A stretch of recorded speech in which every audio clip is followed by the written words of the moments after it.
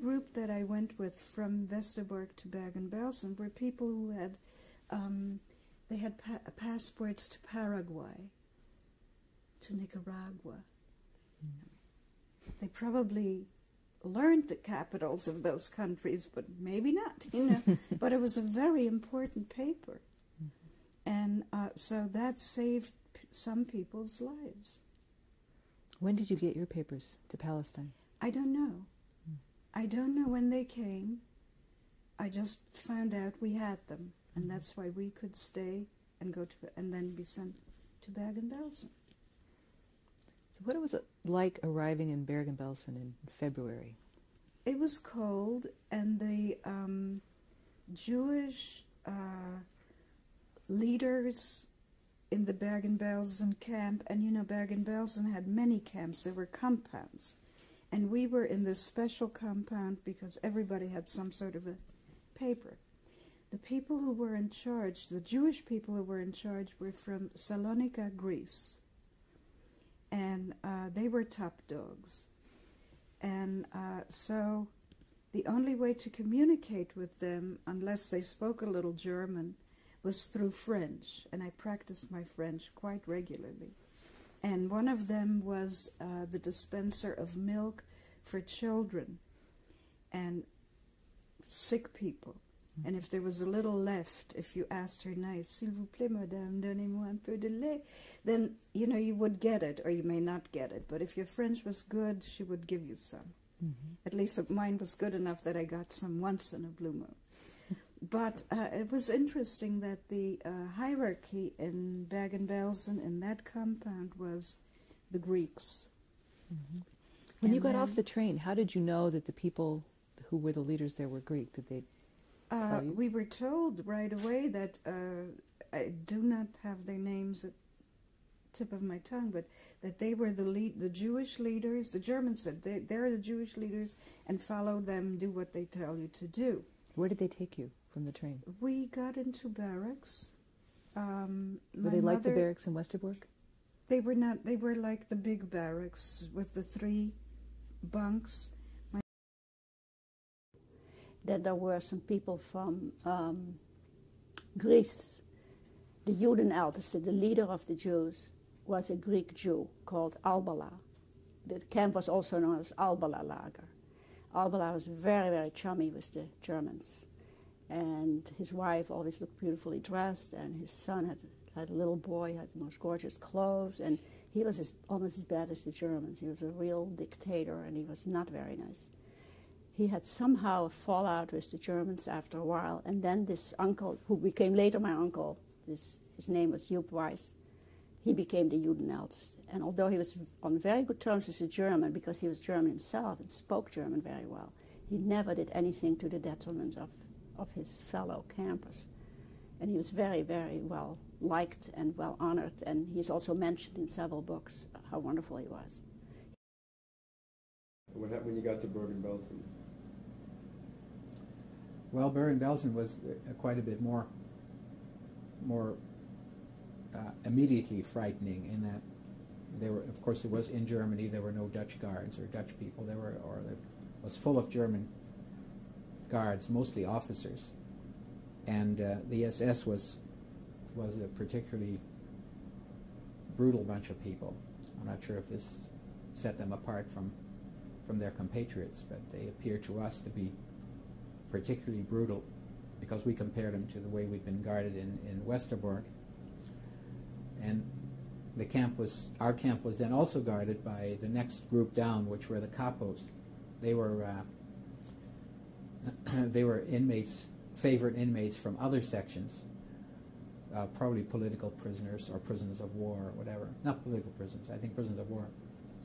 And they wore the usual concentration camp issue pajama type suits, but they had a warm jacket over it with a square cut out of the back with that prison stripe cloth in it so that they could be identified both in the front and the back.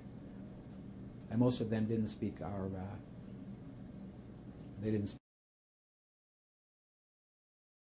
any language other than Polish. And then there was another subgroup guarding us, which was really from among our Jewish inmates. The camp had a variety of nationalities. The first group to arrive were Greeks from Thessaloniki. Thessaloniki apparently had been a major center of Jewish living, and most of them had been either killed or sent to Bergen-Belsen, to our section. And since they were the first to arrive, they were considered they had, again, the cushiest jobs. And then we had a group of Italians, and the largest group were the Dutch, and there were a group of Polish Jews too. And the Greek contingent was headed by a man named Albala, and he was suspected by most of the other Jews as being some form of a collaborator. In fact, there were rumors that he had been a collaborator in Thessaloniki too, and that he may have been responsible for a number of the fate of a number of Greek Jews. He was uniformly mistrusted. In fact, most of us were afraid to have too much intercourse with the Greeks in any respect, because we never knew when they might, when something bad might happen as a result of that. There was also a Jewish prisoner among the Dutch group. He was originally German. His name was Joseph Weiss, and he somehow became the second in command as a Jew under Albala. He was also regarded with suspicion by most of the other inmates. And again,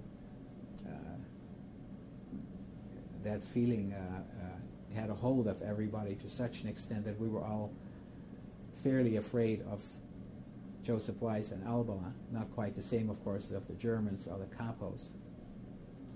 And my mother, who unfortunately passed away just a little over a year ago, she still retained that feeling to such an extent that a couple of years ago, someone very excitedly, in fact a relative of ours, very excitedly wanted to introduce her to a Dutch couple who they'd met, who they thought were wonderful, and they knew my family very well, and they were very anxious to get together with my mother.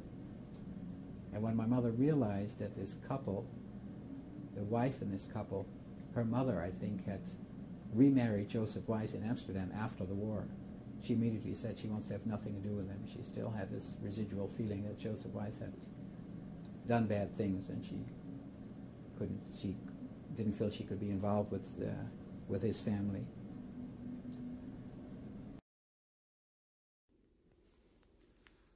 We were evacuated in a series of trains. There were 3 trains that were evacuated from Bergen-Belsen. We were evacuated on the 9th of April. I think on the 11th of April, the British Army liberated Bergen-Belsen. We had just left. How old were you at that time? At that time, 45, I was 16 years old.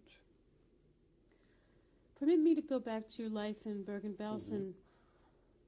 What were the relations among the different nationalities of Jews like? Well, they were not always good. We were, in the first instance, controlled by capos. Capos were like foremen. They were really the henchmen of the SS, and sometimes they were criminal types. I remember one particular criminal or type. He was Greek. I hate to say it. His name was Albala. He was notorious for beating up, because they beat up the prisoners to do the SS work for them, so that they would be spared. So that, in a way, they tried to outdo the SS sometimes in their performance. And they carried clubs, which they knew how to use. The word capo, I think, is a Greek word, but I'm not sure about that. What were their living conditions like? I don't know anything about that.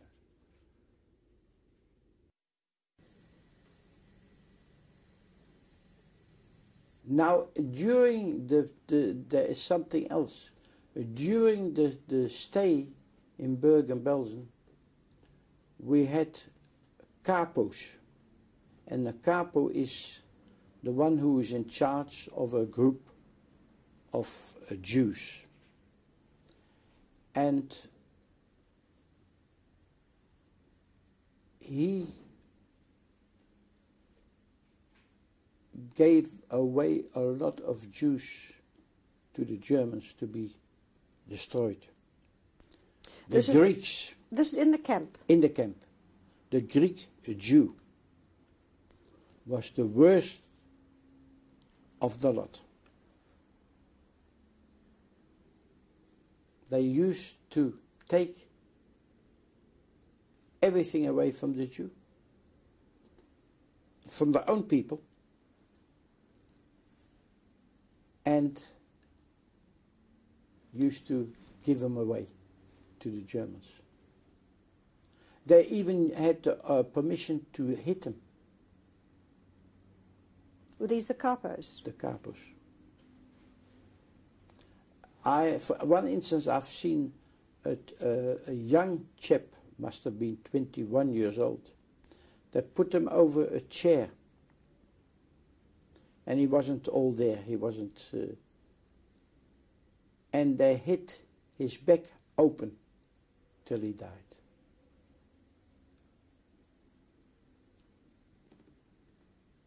That was the Greek Jews were the worst Jews what I have come across. Were not many, but they were there.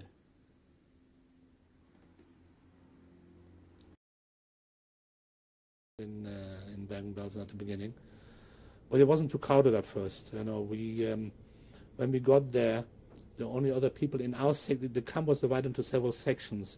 In our section was a new section, which originally was called it was called the Stern Lager, which means the camp is the stars, because we were wearing the Jewish star, and we were wearing our own clothes. The rest of the camp were wearing those striped pajamas. We were not. We were wearing our own clothes. And originally this was considered to be an exchange camp, like I said. As I said, it wasn't very crowded at first. The only other people were some Greeks from Saloniki who ran the place, who, by the way, were very corrupt, unfortunately. Okay, they were Jewish, you know, but they were in charge. And the little food we got, they stole a lot of it. By the time we got it, there was very little left, you know. Especially the bread. Bread becomes very important in those circumstances. We got very little of that. In the meanwhile, towards the fall of 1944, many more people arrived. First of all, we got more people coming from Holland. We got some people from France who came into our camp, from Greek, a few more Greeks. Another thing which was happening, I explained to you at the beginning that the Greeks were in charge, who from Saloniki had been there before us, who received all the food and were corrupt, and were the Jewish commandant was a Greek and ever. In the middle of the summer, the Germans decided that they were too corrupt or whatever. I don't know how they came to that conclusion. I mean, they were obviously, but they got rid of them. You know, they weren't going to allow them to run the camp anymore, and they brought in capos. You know, capos from outside, not from within, non-Jewish, mostly Poles, non-Jewish, and like I said, and to run the camp from within. And I remember the picture of. There was constant roll call that day when it happened. It was like a revolution, internal revolution. Nobody knew quite what was happening, but I remember the Greeks hiding in our barracks because they were afraid, and they didn't go out to roll call. They were afraid of the Germans, so we hid them in the barracks. I mean, I didn't, but they were hidden by some of our people in the barracks, and because they kept a low profile because they were afraid that the Germans would take them away from Bergen, Belsen and send them somewhere else. We arrived in Bergen, only a few hours, 3-4 hours, and were marched on foot to the camp. When was this? 1st of February 44, which was, even for young people, quite a long march, and for older people it was agony. I remember helping people along. And the Germans said, all luggage put on the truck, and Mama said, we'll never see it again, we carry. As it happened, we did see it again, but it was agony to carry it on such a long march. At least 2 hours, if not long. I don't remember how long. So then when we got to the camp and we saw the camp with compartments in barbed wire around it, emaciated Russian prisoners. So we are duly in a concentration camp. This is not an exchange camp. We were put into a sector which was called at the time the Albala lager, because Mr. Albala was a guide and pimp, a Jewish guide and pimp in Saloniki, who had helped the Germans, betrayed the Jews, who knows, in Saloniki to ship the Jews out for Saloniki. And he and a small group were then sent to Belsen instead of Auschwitz, where the others went. Next to us was another, like chicken coops, another enclosure, which was called the Sternlager, although we called it a different name. They were Hungarian Jews with Paraguay passports, which were recognized. God knows why. Everybody knew they were fakes. So when the Albala, the one that was in charge, the Jewish man from Greece, came in and to see how the barracks looked and what arrangements been made. So when he's finished, I said, excuse me, can I ask you something? He said, yes, of course. I said, look, he gave me the bed with the children near the bathroom. I said, it's freezing cold, people keep on coming in and out.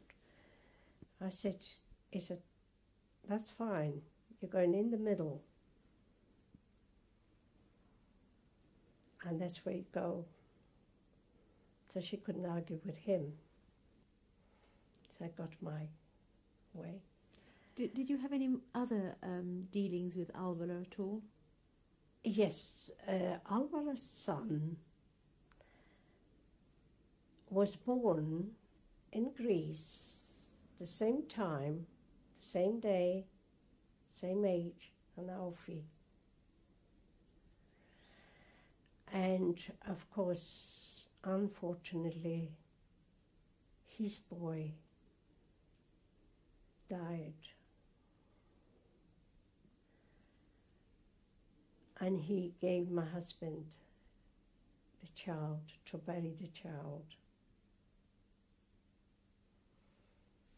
That was his only child. He married a Greek girl.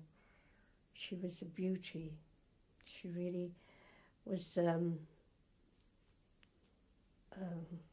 she was a beautiful girl, much younger than himself. He was very good to her parents, look after them.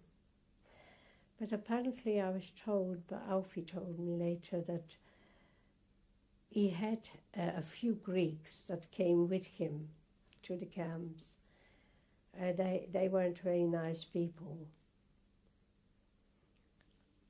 The things they did in the ghetto in Greece, Saloniki, some awful things. So there was only a certain amount of Greek people there, which he looked after. But whether they were couples or something, I don't know. I didn't want to know because, you know, it had too much, because I know what they were up to. But everything there was much more primitive, and of course it was directly under German command, although in our particular section there were some Jews from Greece who had gotten from Saloniki, who had been sent to that camp before, and there was this hierarchy. You know, the Germans were great at that, putting those Jews in charge of us Jews. You know, they were the not necessarily big shot, but they were the ones who carried out whatever was going to be done. So that was different.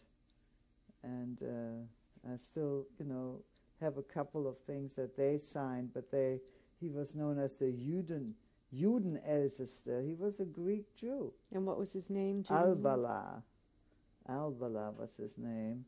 And he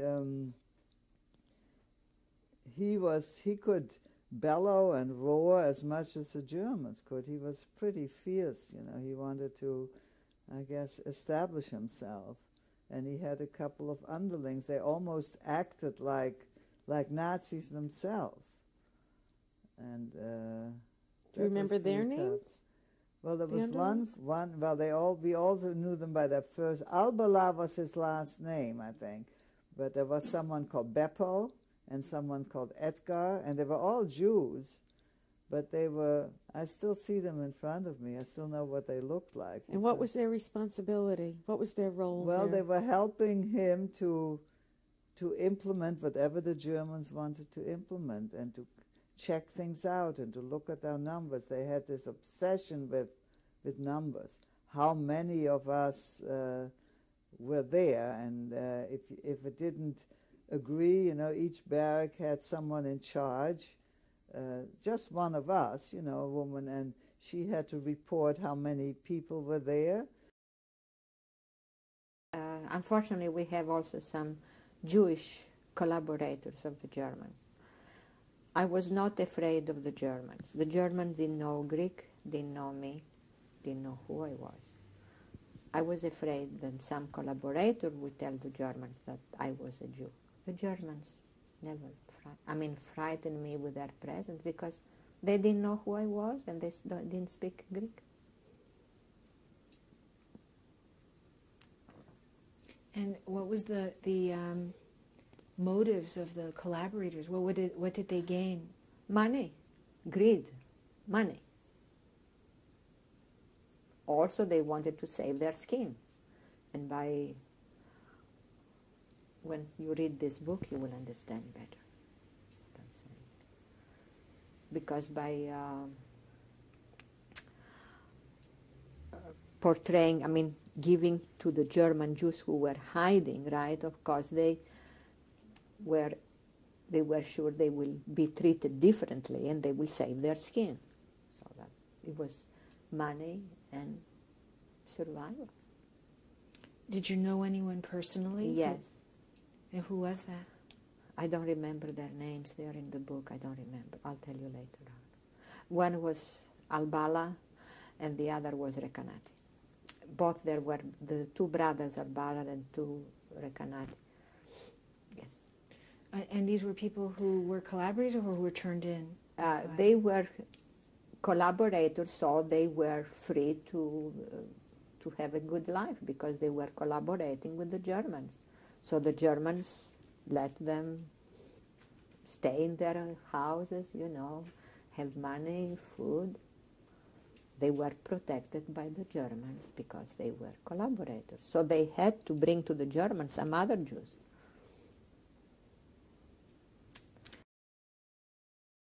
We arrived in this huge camp, and we got 20 barracks all at the end, and behind us this open field. And one barrack of the 20 was already full. And that were Jewish people from Saloniki, and they came with their rabbi. And this rabbi from Saloniki once worked in Germany and was a good friend of my father. They arrived in August 43 and we winter and spring 44. And when this rabbi saw my father, he asked, "Where is your wife?" "I have no wife." "And what about this sick little girl?" And then he told his wife, "Maybe you can help and save the little girl." Why could the wife of the rabbi help and save my little sister? Look, these Greek people were our bosses, and they had all the good jobs because they arrived months before us. And this woman got from the German authorities the best job for me a little bowl with milk twice a week, not every day, don't overdo it. And the milk was for little children under 3 years. My sister was in the meantime 3 years and 4 months. No milk, only water. And the woman had herself 2 children. And so they got milk, okay? The boy was like me, 15, and the girl was 9. But now every mother that had a child of 3 years, 1 month, 2 months, please give me a glass of milk, I give you a piece of bread, I give you a sweater, what do you want, I give you. And I never had something to give her. She even died later here in the country. She survived, I even didn't know. I didn't know she was in Tel Aviv living. And her children survived also, the rabbi not. But, you know, she really tried to give my sister, the last month there was no milk anymore. But even 10, 11 months, my little sister got twice a week a glass of milk. That was the difference between dead and living. To get only water, such a little weak girl after operation, she never would have made it. Do you remember her name? Rabbi Koretz. And his wife? I don't know. I never knew her name. So let's go back. We just took the milk, went back to our barracks, that was it. And you were, actually what you were telling last about the camp in Belsen was how your father had this very particular position, right, and was sent out on a kind of a mission by this Greek sure. No, his name was Albala. Albala. Albala, yeah. And as I say, he had the son who was born on the same day as me, and I think that made a lot of difference to our survival. Yeah. I have a photograph there behind you, but I was told that it's hard to believe now that I was a beautiful baby, and I was a blonde. My son, who looks like me, is blonde, and we are grey-eyed and bright-eyed, and we looked Aryan. We did not look Jewish, and apparently it made a lot of difference. Mm-hmm. The train was eventually liberated, and surprisingly, there was this incredible situation where they had 2,000 people in the same state that they had in Belsen, had all the diseases known under the sun. They had tuberculosis, they had typhus, typhoid, malnutrition, and the Russians had to look after them in the same way that the British. There's a great fuss made of the tremendous job that the British did, and they did do a tremendous job in liberating Belsen.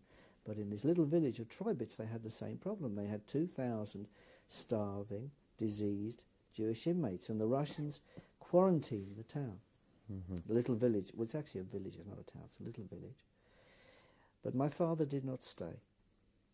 Part of the reason he didn't stay was, first of all, there was a lot of anger amongst the camps because we were in the same carriage as the Greeks.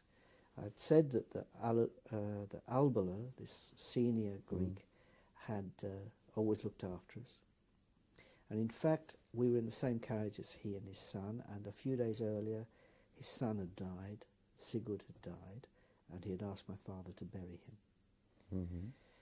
My father was worried that there would be some reprisals taken because Albala had looked after himself. You know, he'd had more than his fair share of food and comforts.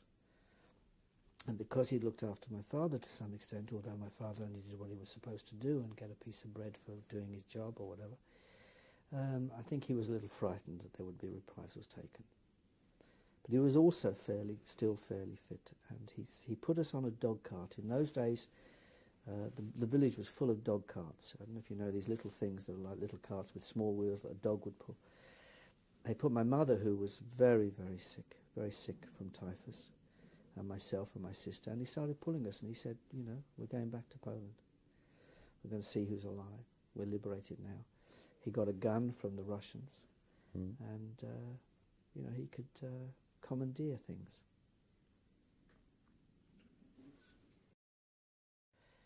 We all, as I said, went back to Belsen for the 45th anniversary of the liberation of Belsen. And my father had often talked about going back to show me Belsen. And he wanted to tell me about what had happened and how he'd done this thing with the jewellery. And how, I mean, there are stories he tells about. It's an interesting story. I've got to be careful not to slander somebody. But the richest man in Holland was a man called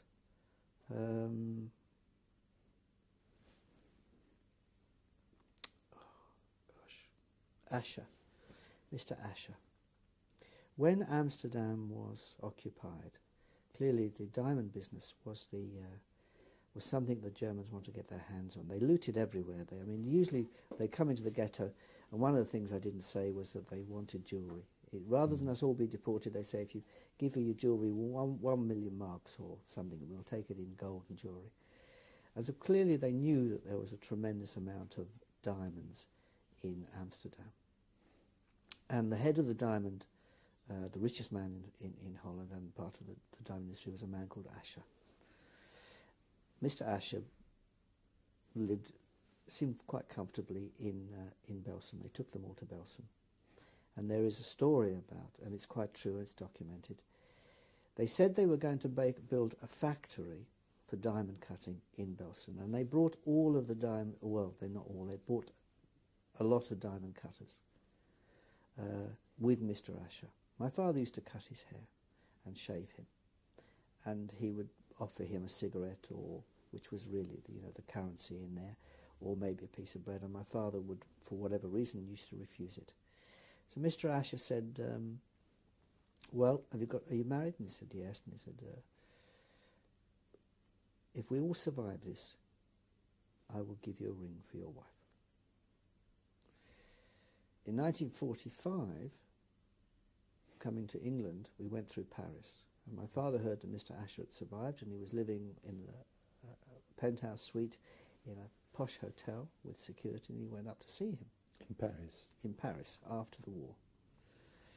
And Mr. Asher called him in, and he said, do you remember me? He says, yeah, I remember you. You're, Garfunkel, the Friseur. He says, I remember, I promised you a present. He says, that's right. He said, he gave him a box of chocolates. So, but there are many stories like that. Mr. Asher made drawings of what it was like in Belsen, and they're in Yad Vashem.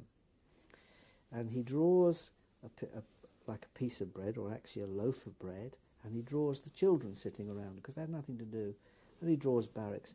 And if you know anything about pictures, you'll see there's a serenity about the drawings, there's a calmness about the drawings that denies any suffering. He must have clearly bribed his way very successfully. Na de registratie, weer alle papieren bekeken en gedaan. En kwamen we in een barak. En dat was mijn moeder en ik in barak 21. Waar ook de Grieken in zaten.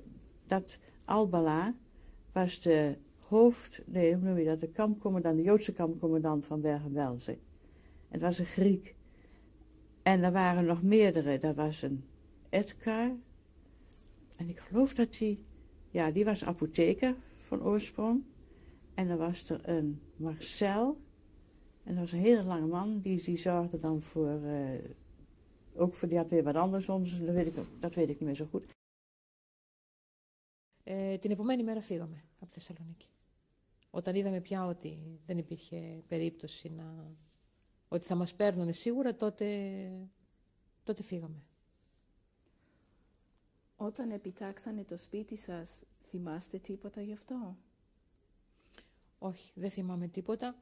Θυμάμαι μόνο κάποιον κύριο Αλμπάλα, ο οποίος ερχόταν με τον Γερμανό και διάλεγε διάφορα πράγματα από το σπίτι και σιγά έβγαλε τα περισσότερα πράγματα του σπιτιού, πότε τις πολυθρόνες, πότε τις λάμπες, πότε όλα τα πράγματα που του χρειαζόντουσαν τα παίρναν από το σπίτι σε διαδοχικές επισκέψεις, όχι σε μία επίσκεψη.